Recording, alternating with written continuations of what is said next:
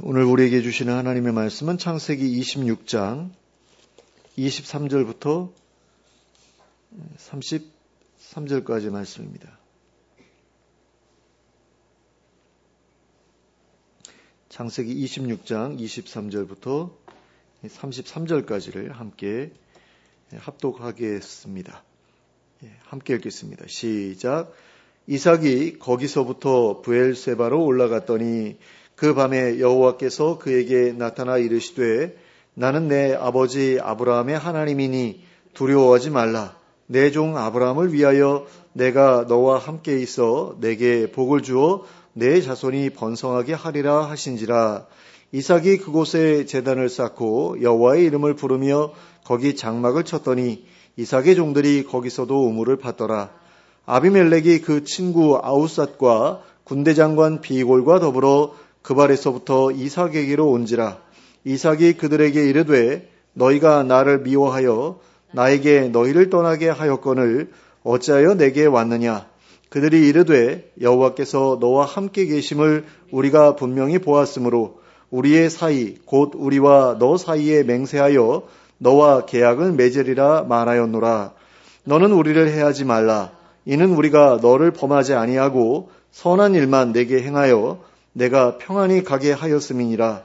이제 너는 여호와께 복을 받은 자니라.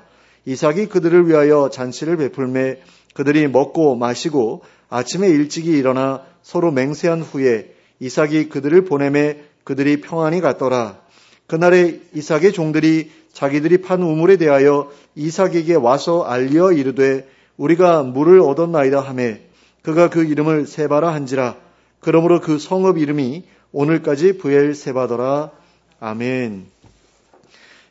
이삭은 르호봇에서 우물을 얻은 후에 브엘세바로 올라갔습니다. 그리고 그 밤에 하나님께서 이삭에게 나타나 다음과 같이 약속해 주셨습니다. 24절 말씀입니다. 그 밤에 여호와께서 그에게 나타나 이르시되 나는 내 아버지 아브라함의 하나님이니 두려워하지 말라. 내 종 아브라함을 위하여 내가 너와 함께 있어 내게 복을 주어 내 자손이 번성하게 하리라 하신지라. 이러한 말씀을 들은 이삭은 그곳에 제단을 쌓고 하나님의 이름을 부르며 거기에 장막을 쳤습니다. 이러한 서술을 보면 이삭이 브엘세바에 올라갔던 처음 목적은 그곳에 거주하기 위해서가 아니라 하나님께 기도하기 위해서가 아니었을까 하는 생각을 하게 됩니다.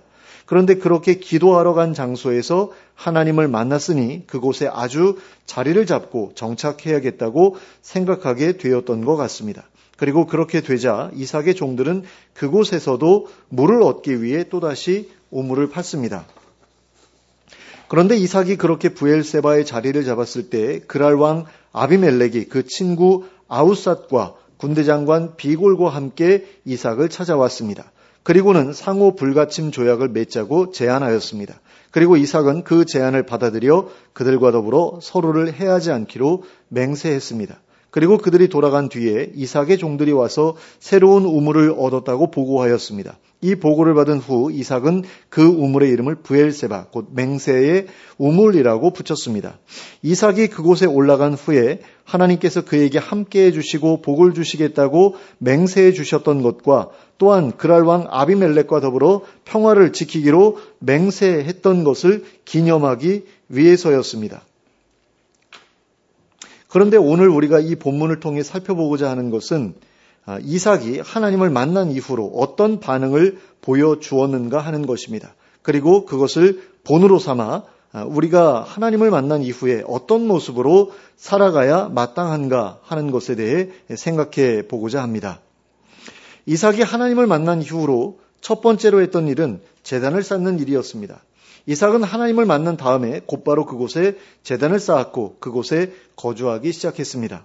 이삭이 그곳에 제단을 쌓았던 이유는 그곳에서 하나님을 만났고 또한 하나님께로부터 큰 약속을 받았기 때문이었습니다. 그래서 그 일을 기념하기 위해 제단을 쌓았던 것입니다.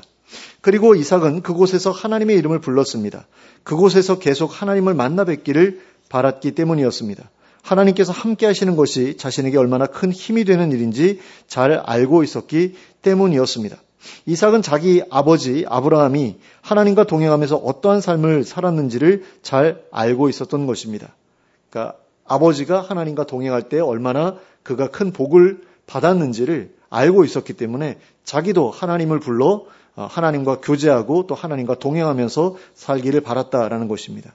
이처럼 하나님을 한 번이라도 만난 사람은 하나님 앞에 제단을 쌓고 하나님의 이름을 부르는 삶을 시작하게 되어 있습니다. 오늘날로 바꾸어 이야기하면 예배를 삶의 중심에 두는 삶을 시작하게 되어 있다라는 것입니다. 온전한 예배자의 삶을 시작하게 된다라는 것입니다. 이것은 그 사람의 예배가 누군가의 강요에 의한 억지 예배에서 벗어나 자발적인 예배로 변화된다는 것을 의미하는 동시에 형식적인 예배에서 벗어나 하나님과의 인격적인 만남을 추구하는 예배로 변화된다는 것을 의미하는 것이기도 합니다. 이것은 또한 아버지가 쌓은 단이 아니라 내가 스스로 쌓은 단에서 예배를 드리기 시작하고 아버지를 따라 형식적으로 부르던 잘 알지 못하는 분의 이름이 아니라 내가 직접 만나뵌 적이 있는 친숙한 분의 이름을 부르게 된다는 것을 의미하기도 합니다.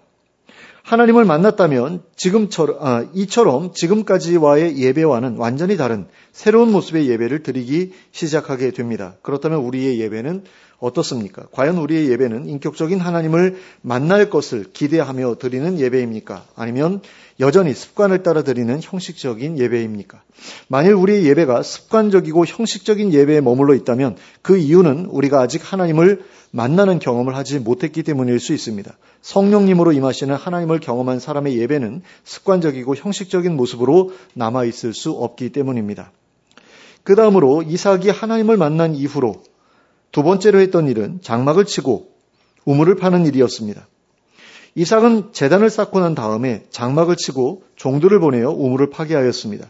이삭이 이렇게 했던 이유는 바로 그곳에 자리를 잡고 거주하기 위함이었습니다. 하나님을 만난 그곳에 머무르고자 했기 때문이었습니다. 여기에서 이삭이 장막을 쳤다는 것은 하나님을 만난 그 장소를 자신의 거주지로 정했다는 의미입니다. 그리고 그곳에 우물을 팠다는 것은 하나님을 만난 그 장소에 자신의 생존을 이어나갈 터전을 마련하고자 했다는 의미입니다. 이삭은 하나님의 찾아오심을 처음으로 경험했던 그곳에 자신의 거주지를 정했고 그 근처에 자신의 목초지를 마련했습니다. 오늘날로 바꾸어 생각하면 자신이 처음으로 하나님을 만났던 교회 근처에 자신의 거주지를 정하고 그 근처에서 자신의 직장을 구했다는 것과 같은 이야기라고 할 수 있습니다.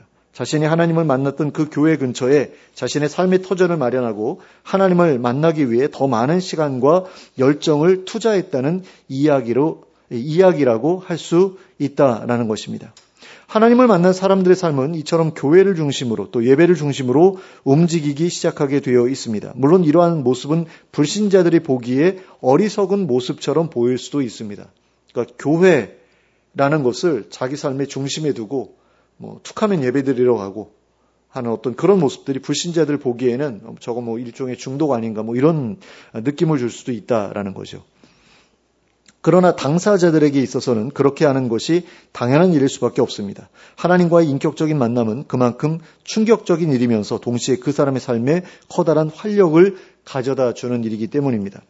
예전에 톰 라이트라는 그 성공의 신부님의 글에서 영국 사람들의 축구 사랑에 대한 이야기를 들은 적이 있습니다. 읽은 적이 있습니다. 들은 게 아니죠.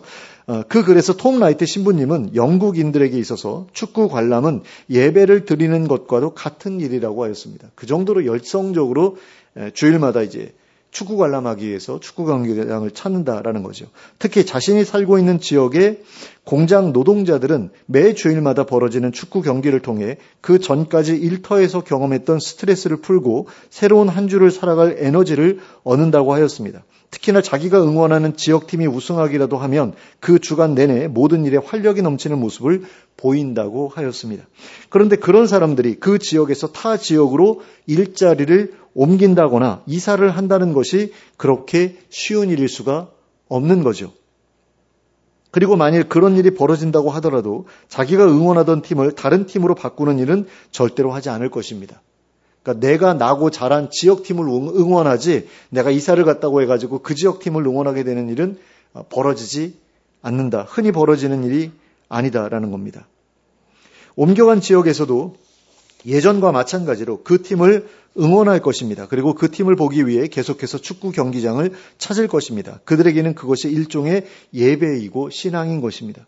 그러므로 어떤 교회에서 예배를 통해 하나님을 경험한 사람이 그 교회를 자신의 고향처럼 여기고 그 교회 근처에서 일자리를 구하고 그 지역을 삶의 터전으로 삼는다는 것은 불신자들이 생각하는 것처럼 그렇게 비정상적인 일이라고 할 수 없습니다. 축구 경기 때문에라도 그 지역을 떠나지 못하는, 축구팀 때문에라도 그 지역을 떠나지 못하는 사람들이 있는 것처럼 그 교회 때문에 또는 그 교회에서 드리는 예배 때문에라도 그 지역을 떠나지 못하는 사람들이 있을 수 있다라는 거죠. 그것이 비정상적인 일이라고 볼 수는 없는 일이다라는 겁니다. 누구라도 교회의 예배를 통해서 하나님을 만났다고 한다면 그 사람의 삶의 반경은 달라질 수밖에 없습니다. 예전에 자주 들러서 삶의 활력을 얻었던 장소가 하나님을 만난 이후에는 교회로 바뀌게 되는 것이 자연스러운 일일 수밖에 없다라는 겁니다. 그러니까 예전에는 하나님 모르고 살 때 또 그리고 예배가 자신의 어떤 그 삶의 기쁨이 되거나 활력이 되지 못했을 때에는 퇴근한 다음에 늘 호프집에 가가지고 치맥을 마시면서 친구들과 얘기하는 데서 힘을 얻어가지고 다음날 또 출근하고 그럴 수 있었을 것 아닙니까? 그런데 그런 사람이라도 하나님을 만나게 되면 예배가 삶의 중심으로 바뀔 수밖에 없어진다라는 거죠. 그건 자연스러운 일일 수밖에 없다라는 거죠. 왜냐하면 거기서 내가 에너지를 얻는데 그거 말고 다른 어디에다가 에너지를 쏟겠습니까? 그리고 교회의 예배를 통해 하나님을 만나는 경험을 한 사람은 늘 예배 시간이 기다려지게 되어 있습니다. 그리고 인생이 중요한 선택의 기로에 서게 될 때마다 교회를 그리고 하나님을 찾게 되어 있습니다. 그래서 교회에 나가 하나님께 부르짖게 됩니다. 그래서 그런 사람이 교회로부터 먼 곳으로 이사를 가거나 직장을 옮기는 것은 어려운 일이 될 수밖에 없습니다. 그리고 이것은 앞에서 말씀드린 영국의 축구 팬들의 경우에서 확인할 수 있듯이 너무나 자연스러운 일이라고 할 수 있습니다. 그런 점에서 만일 교회가 자신의 인생에서 그와 같은 자리를 차지하지 못하고 있다고 한다면 그 이유는 아마도 그 사람이 아직까지 자신이 몸담고 있는 교회의 예배를 통해서 하나님을 만나뵌 적이 없었기 때문이라고 할 수 있을 것입니다. 그러므로 그런 상황 가운데 있다고 한다면 그 사람이 해야 할 일은 예배를 통해서 하나님의 찾아오심을 경험하는 일이라고 할 수 있습니다. 예배 가운데 임하시는 하나님의 임재를 경험하는 일이라고 할 수 있다라는 겁니다. 성경에 등장하는 믿음의 선배들 가운데 그와 같은 체험이 없었던 사람들은 거의 없었다고 해도 과언이 아닙니다. 그들은 거의 모든 사람들이 성령님으로 충만해지는 경험을 했던 사람들이었습니다. 그리하여 하나님과 친밀한 관계를 누렸던 사람들이었습니다. 물론 하나님과의 만남을 경험했던 사람이라고 하더라도 때때로 하나님께 소홀해지는 경우가 있을 수 있습니다. 하나님과의 만남을 더 이상 기대하지 않게 되는 경우도 있을 수 있습니다. 그래서 예전에 열심히 믿었던 사람이라도 지금은 예배를 소홀히 하고 하는 그런 일들이 일어날 수 있다는 거죠. 그러나 하나님께서는 늘 한결같으시고 변함이 없으신 분이십니다. 그래서 과거에 우리를 만나주셨던 그곳에서 늘 우리를 만나주시고자 기다리고 계십니다. 그러므로 그러한 기대를 잃어버렸다면 과거에 하나님께서 만나주셨던 곳으로 다시 나아가시기 바랍니다. 그리고 간절히 구하시기 바랍니다. 하나님께서는 결코 그 기도를 외면하지 않으실 것입니다. 그 다음으로 이삭이 하나님을 만난 이후로 세 번째로 했던 일은 그랄 왕 아비멜렉과 더불어 상호 불가침 조약을 맺은 일이었습니다. 그리고 이 일이 의미하는 것은 하나님을 만난 이후로 이삭이 자신의 주변 사람들에게 선한 영향력을 미치는 삶을 살았다는 것이라고 할 수 있습니다. 하나님을 만난 사람은 누구든지 주변 사람들에게 선한 영향력을 미치기 시작하게 되어 있습니다. 때로는 그 영향력이 다른 사람들로 하여금 두려움을 느끼게 하기도 하지만 때로는 그 영향력이 다른 사람들로 하여금 그를 칭찬하게 하기도 합니다. 사도행전에 기록된 초대교회 성도들의 모습은 그 두 가지 모두를 가지고 있었던 것을 볼 수 있습니다. 사람들은 그들의 모습을 보면서 한편으로는 두려워했고 다른 한편으로는 칭찬을 했습니다. 그러나 중요한 것은 주변 사람들의 반응이 어떤 모습이었는가 하는 것이 아닙니다. 중요한 것은 그들의 모습이 주변 사람들에게 어떤 모습으로든 선한 영향력을 미쳤다는 것입니다. 이삭의 경우에는 주변 사람들에게 많은 두려움을 주었던 것을 볼 수 있습니다. 하나님의 함께하심이 이삭의 삶 속에 드러났기 때문이었습니다. 너무나 확연하게 드러났기 때문에 저 사람은 하나님께서 함께하시는 사람, 그러니까 우리가 함부로 해서는 안 되겠구나 그런 생각을 하게 해 주었지요. 그러나 이삭은 자신의 그러한 영향력을 함부로 남용하지 않았습니다. 이삭은 그러한 영향력을 그들을 위협하거나 자신의 지경을 넓히는 일에 사용하지 않았습니다. 이삭은 그들과 더불어 화평을 추구했습니다. 하나님을 만난 사람은 이처럼 여전히 이전에 좋지 않았던 관계까지도 새롭게 하게 되어 있습니다. 예전에 안 좋은 관계로 다투거나 했던 그런 사람까지도 친밀한 관계로 또는 화평의 관계로 그렇게 만들어 나가는 그런 모습을 보이게 된다라는 겁니다. 하나님을 만나는 체험을 한 이후에 그런 일들이 벌어진다라는 거죠. 하나님을 만나게 되면 이전보다 더 큰 영향력을 갖게 되기 때문에 우리는 하나님을 만나기 이전보다 훨씬 더 선한 삶의 모습을 소유하기 위해 노력해야 합니다. 그리고 특별히 다른 사람과의 관계 속에서 선한 영향력을 미치기 위해 노력해야 합니다. 그것이 바로 하나님께서 우리에게 하나님의 대리인으로서 세상에 보여주기 원하시는 삶의 모습인 것입니다. 이제 말씀을 맺겠습니다. 하나님께서 우리를 만나주시면서 우리에게 기대하시는 것은 변화된 삶의 모습입니다. 하나님께서는 우리와 하나님과의 관계가 변화되기를 원하시고 또 우리 삶의 중심이 예배로 변화되기를 원하시고 또 우리와 이웃들과의 관계가 화평의 관계로 변화되기를 원하십니다. 그리고 이러한 변화는 하나님과의 만남을 통해서 시작되고 하나님과의 만남은 예배를 통해서 시작됩니다.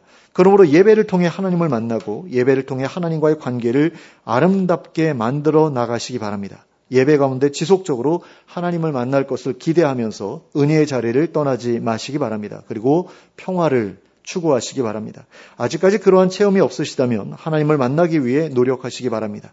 이삭이 브엘세바로 올라가 거기에서 하나님을 만나고 거기에 자리를 잡고 머물렀던 것처럼 예배의 자리로 나아가 그곳에 머무르면서 하나님의 이름을 부르시기 바랍니다. 하나님께서 찾아오실 때까지 거기에 머물러 있으면서 하나님께서 찾아오시기를 기다리시기 바랍니다. 그리고 하나님과의 만남을 통해 변화된 삶을 가지고 다른 사람들에게 선한 영향력을 미치는 삶을 살아가시는 여러분들이 될 수 있기를 예수 그리스도의 이름으로 축원합니다. 함께 기도하겠습니다. 사랑의 하나님 아버지, 이삭이 하나님을 만난 이후에 하나님 앞에서 제단을 쌓고 하나님의 이름을 불렀던 것처럼 그리고 그 단을 쌓은 자리에 자신의 삶의 터전을 마련했던 것처럼 그리고 그 주변 사람들과 더불어 화평의 관계를 추구했던 것처럼 우리도 예배를 삶의 중심에 놓게 되기를 원하고 그 가운데에서 하나님을 계속해서 만날 수 있게 되기를 원하고 또 그런 가운데 다른 사람들과 화평의 관계를 맺어 나갈 수 있게 되기를 원합니다. 하나님께서 우리에게 원하시는 것이 하나님을 만남으로써 놀라운 변화의 삶을 시작하는 것인데 하나님 정말 우리가 변화된 삶을 시작하고 있는지 우리 자신을 돌아볼 수 있기를 원합니다. 우리가 정말로 하나님을 만났는지 그리고 하나님을 만나고자 애쓰고 있는지 예배를 통해서 하나님이 주시는 힘을 우리가 계속해서 누리고 있는지 이런 것들을 돌아볼 수 있기를 원합니다. 그리고 그런 것들을 지금 현재 누리고 있지 못하다면 예배를 통해서